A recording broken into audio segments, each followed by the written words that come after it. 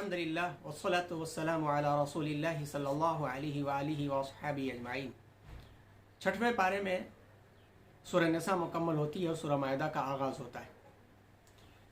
सूरह निसा का तज़किरा गुज़श्ता रोज़ हो चुका है।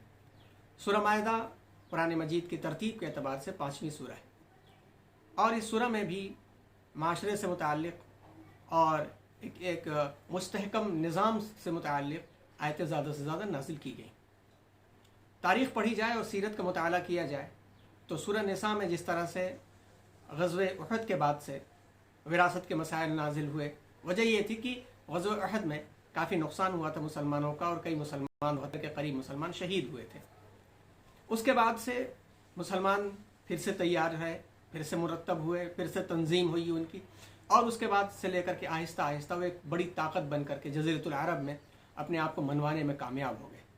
रसूल अकरम जनाब मोहम्मद रसूलुल्लाह सल्लल्लाहु अलैहि वसल्लम की रूहानी और अस्करी जो क़यादत थी, इस क़यादत ने लोगों के दिलों के दरवाजे खोलने शुरू कर दिए और कबाइल जो दबे हुए थे, कुचले हुए थे यहूदी सूदखारों और सरमायाकारों के हाथों, मुशरिकीन मक्का के हाथों, तो ये इस्लाम के अंदर दाखिल होने लगे।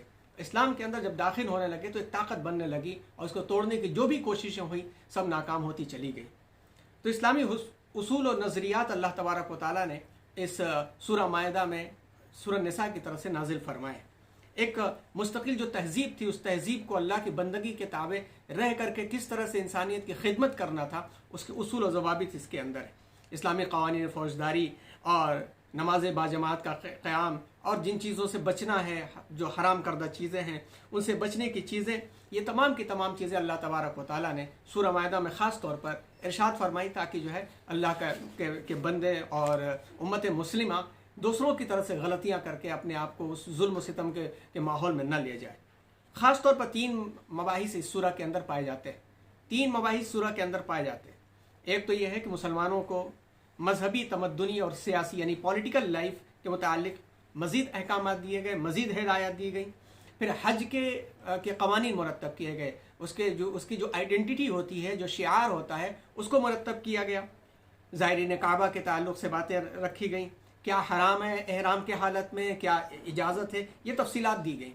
फिर इसी तरह से मुसलमानों को एक जगह जगह नसीहत की गई कि अब चूँकि वो एक हुक्मरान जमात की हैसियत ताकत है, पावर है और आगे वो चलेंगे तो फिर वो गलतियां ना दोहराएं। शराब को हराम किया गया, जुआ को हराम किया गया और बहुत सारी हराम की चीज़ों को वाज़े कर दिया गया और ताकत के नशे में किसी पर जुल्म ना करें, इसके बारे में बताया गया, वाज़े किया गया। और ईसाइयों और यहूदियों को भी नसीहत की गई कि वो इस बात को समझ लें कि हक़ आ चुका है और जो अल्लाह तबारक व तआला के दिगर अंबिया लेकर के आए थे, अब उनको इस पर ईमान लाना चाहिए।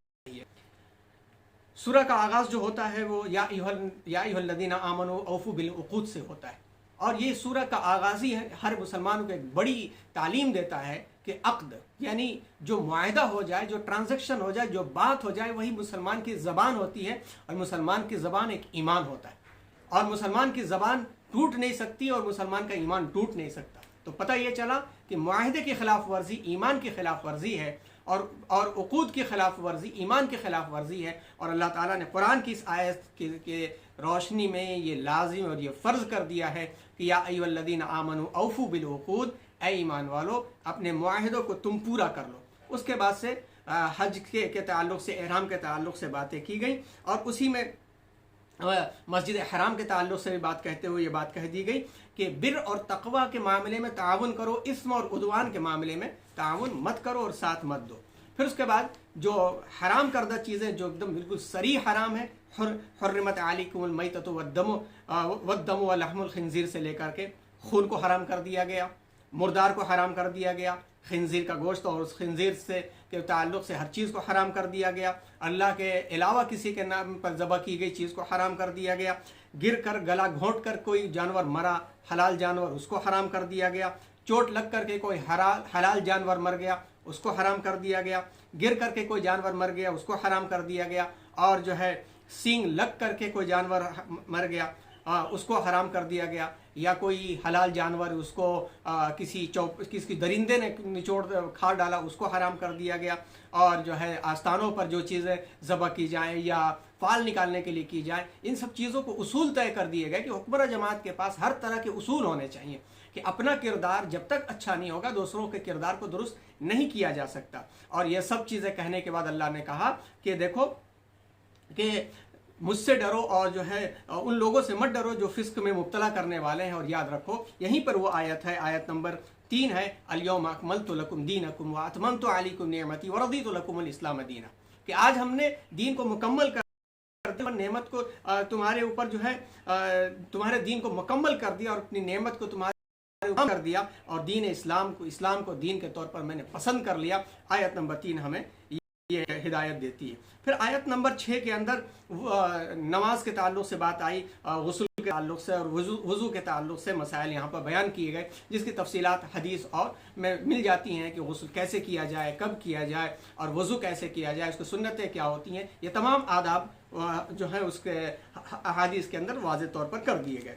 फिर आयत नंबर 8 में ये बात साफ तौर पर कह दी गई, जैसा कि बात शुरू की गई थी, कि जब एक हुक्मरान जमात बन रही है तो जिसको लीडरशिप करना होता है वो बदले की सियासत नहीं किया करता, वो अदल और इंसाफ की सियासत करता है। आयत नंबर 8 में कह दिया गया, या अय्युहल्लज़ीना आमनू कुनू क़व्वामीन लिल्लाह शुहदाअ बिल क़िस्त वला यजरिमन्नकुम शनआनु क़ौमिन अला अल्ला तादिलु इअदिलु हुवा अक़रबु लित्तक़वा वत्तक़ुल्लाह इन्नल्लाह ख़बीरुम बिमा तअमलून। ईमान वालो क़व्वामीन लिल्लाह, अल्लाह के लिए जो है एकदम अल्लाह के निज़ाम को कायम करने वाले बन जाओ, शुहदा बिल क़िस्त, और जो है बराबरी के साथ तुम निगरां बन करके हो जाओ। और किसी कौम की दुश्मनी तुम्हें इस बात पर न उभारे कि ज्यादती करने लगो कि मौका मिल गया तो बस सबको ख़त्म कर डालेंगे। अल्लाह तादिलु, हद से मत बढ़ना, अदल के साथ रहना, वो अक़रबु लित्तक़वा, अदल और इंसाफ ही तक़वा के बिल्कुल करीब है। और अल्लाह से डरते रहो, बेशक अल्लाह तबारक व तआला हर बात की खबर रखता है जो तुम जानते हो। और इसी तरह से फिर ईमान वालों को नसीहतें की गई। और फिर आयत नंबर 15 और 16 में एक ख़ास नसीहत की गई, क़द जाअकुम मिनल्लाहि नूरुन व किताबुम मुबीन यहदी बिहिल्लाहु मन इत्तबअ रिज़वानहु सुबुलस सलाम। यहाँ पर 2 बार अल्लाह ताला ने कही, क़द जाअकुम मिनल्लाहि नूरुन व किताबुन मुबीन। कुर्तुबी के मुताबिक नूरुन से मुराद रिसालत मुहम्मदी सल्लल्लाहु अलैहि वसल्लम है और किताबुन मुबीन से मुराद कुरान मजीद है। इससे साफ तौर पर पता चला कि अल्लाह की किताब और अल्लाह के रसूल की सुन्नत ही ये अल्लाह की तरफ से भेजी गई इनायत है, तोहफा है और अल्लाह की तरफ से भेजी गई हिदायत है। और यही दोनों चीज़ें जो चाहता है उसके वास्ते सुबुल सलाम की तरफ ले जाने वाली चीज़ें, जुल्मात से निकाल करके नूर की तरफ ले जाने वाली चीज़ें। इससे साफ तौर पर पता चला कि अल्लाह की किताब और अल्लाह के रसूल सल्लल्लाहु अलैहि वसल्लम की सुन्नत के बगैर कोई शख्स सुबुल सलाम, सलामती वाले रास्ते की तरफ नहीं जा सकता है। और फिर आगे ईसाई और यहूद और नसारा को मिसालें दे करके अल्लाह ताला ने वाज़ेह करते हुए आगे चल करके आयत नंबर 26 के अंदर वत्लु अलैहिम नबअ इब्नई आदम बिल हक़, हज़रत आदम अलैहिस्सलाम के दोनों बेटे हाबिल और काबिल के वाक़या का तज़किरा हुआ। इसकी तफसीलात पढ़ ली जाएँ। और उसके बाद और मज़ीद बातें इरशाद फरमाते हुए अल्लाह ताला ने आयत नंबर 39 के अंदर वस्सारिक़ु वस्सारिक़तु फ़क़्तउ अयदियहुमा जज़ाअन बिमा कसबा नकालम मिनल्लाह, के चोर चाहे वो मर्द हो या औरत हो हाथ काट डालो, इसलिए कि उन्होंने जो करतूत की है उसकी सज़ा यही है। ये कानून है और इस कानून का मतलब ये नहीं है कि किसी ने जो है बस पकड़ लिया गया उसे सज़ा दे दी गई। इस्लामी कानून के मुताबिक इस्लामी निज़ाम को पहले देखना पड़ेगा। इस्लामी निज़ाम में हर शख्स को फराहम की गई है सहूलत, अगर वो कमा सकता है तो उसको ये ताकत दी गई है कि खुद खाए वो और अपने मातहतों को खिलाए। दौलत वाला है तो ज़कात और सदक़ात के ज़रिए से माशरे और माहौल में हमवारियत पैदा करे। माल और दौलत के ज़रिए से खलीफा वक्त और हाकिम वक्त घर घर पहुँच करके सामान फराहम करता है। ऐसे माहौल के अंदर अगर कोई शख्स चोरी करता है तो इसका मतलब है कि वो लालची है और एक की लालच हज़ारों के लिए नुकसानदेह साबित होगी। फिर चोरी करने में भी ये नहीं है कि किसी ने रोटी चुरा ली तो हाथ काट दिया गया, किसी ने दवा चुरा ली तो हाथ काट दिया गया। इस्लामी निज़ाम हुकूमत ऐसे जुल्म नहीं करता। वो देखता है कि चोरी भूख की वजह से किया है तो ऐसा हाथ नहीं काटा जाता। जब साबित हो जाता है कि माशरे के अंदर हमवारियत है, सिर्फ लालच की बुनियाद पर ये कर रहा है, तो माशरे में नुकसान से बचाने के लिए और हज़ारों को चोर बनने से बचाने के वास्ते ये अमल अंजाम दिया जाता है। इसके वास्ते तफसीलात पढ़ी जाए और मज़ीद तफसीलात अल्लाह तबारक व तआला ने इसके अंदर नाजिल फरमाई हैं और ये हिदायत आम इंसानों को और फिर यहूद व नसारा को भी जगह जगह पर यह बात कही गई कि किस तरह से तुम्हारे हज़रत ईसा अलैहिस्सलातु वस्सलाम ने आने वाले किताब के बारे में और इंजील के अंदर ये सारी बातें कही गई, कुरान मजीद के बारे में, आने वाले नबी के बारे में। इसलिए इनके लिए भी ये बेहतर है और कि आने वाले नबी की वो इत्तबा करें और आने वाले नबी की बात को माने और आने वाले नबी की बात पे ही चल करके उसमें कामयाबी है। तो छठे पारे के अंदर सूरह